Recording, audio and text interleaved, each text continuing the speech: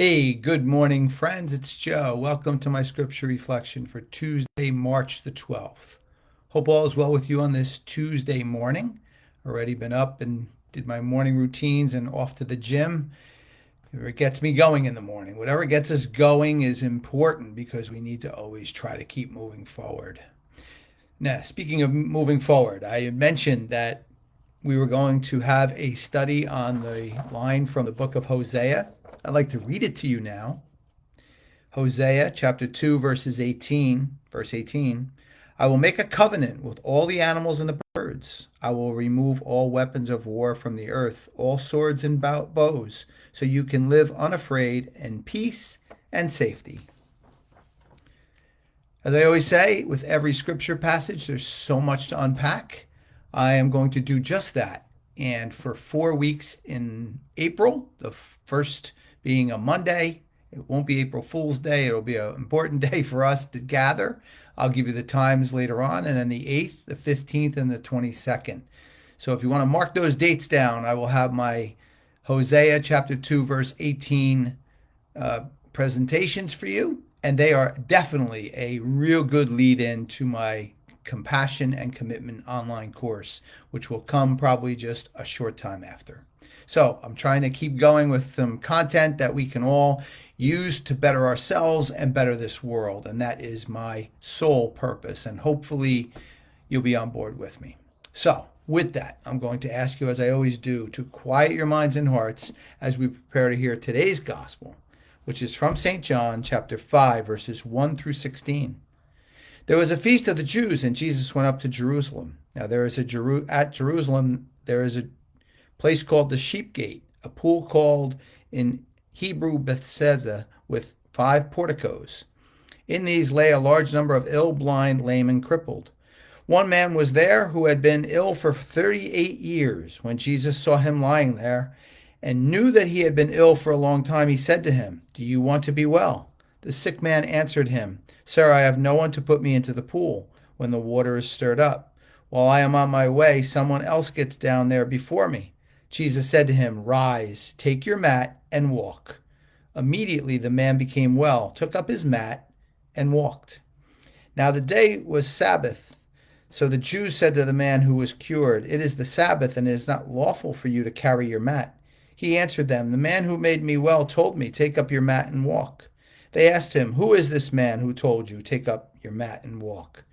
The man who was healed did not know who it was, for Jesus had slipped away since there was a crowd there. After this, Jesus found him in the temple area and said to him, "Look, you are well. Do not sin any more, so that nothing worse may happen to you." The man went and told all the Jews that Jesus was the one who had made him well. Therefore the Jews began to persecute Jesus because he did this on the Sabbath. So these pools that the lame man was trying to get to were supposed to be healing in nature, very similar to whirlpools today. And when the water was stirred up, it had a healing nature to it. So something from 2,000 years ago has really stayed in place today. So has what Jesus told this man to do. That is of utmost importance to us today. He told him, "Rise, take up your mat, and walk." Now the mat was the symbol of this man's affliction, of him not being able to walk. And the mat was something that someone could either pull him on or he could push himself on the mat and get around. It was not the easiest thing to use, but it was absolutely a symbol of the affliction that he had. So it's important to look at Jesus' order of things here. First, rise. Rise. Get away from it and give yourself that get up and go mentality that we need every day and say, "I am off. I am getting up and leaving this behind me temporarily." Temporarily. Only when you're getting ready to get up and go. When Jesus gives us that push, we need to get up and go. And then why is he telling him to take his mat? Because we never, ever should lose sight of where we were. We never, ever should lose sight of that affliction, whether it's self-imposed or imposed upon us. It is in our past, and we are to let it go to an extent, but it should also be used to drive us forward. Always used to drive us forward. These things happen, as the saying goes, everything happens for a reason. The afflictions, again, whether they're self-imposed or put upon us, our mat, so to speak, should never be totally discarded. But it is only to be kept in our memories once we get up and go, and then it is used as fuel for us. And that fuel continues to make us, as Jesus said, walk forward, walk with him, walk into a place of more compassion and commitment in your life.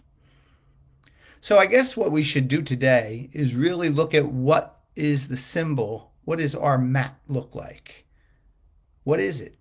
What is it today? What was it yesterday? We probably have several mats when we think about it. But again, keep it in the order that Jesus put it in. Get yourself up and moving. And then let that mat, whatever it is, today's mat, let it drive us. Let us fuel us so that we may walk forward into this place that we all want to and need to be. Well, my friends, that's my message for you on this Tuesday. As always, I hope it was helpful. I hope you can take it into your day. I always welcome your comments and your thoughts, but mostly, as I always say, I appreciate you being here with me. Let's take a moment or two of silent reflection, and we'll end with a prayer.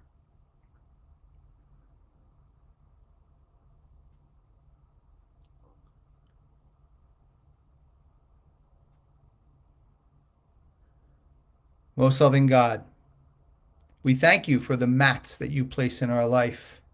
We know that they're there for a reason, but we also know that we should not keep them forefront in our mind, but we should not forget them either. Give us the ability to rise each day, move forward, do what we need to do what our passion drives us to do, and then use that mat in our life as fuel to continue to go forward, to have that extra push we need to serve you, to serve ourselves, and to serve those who are placed before us with love, kindness, and compassion. My friends, I wish you all a wonderful Tuesday, and I hope to see you back here tomorrow. Take care, everyone.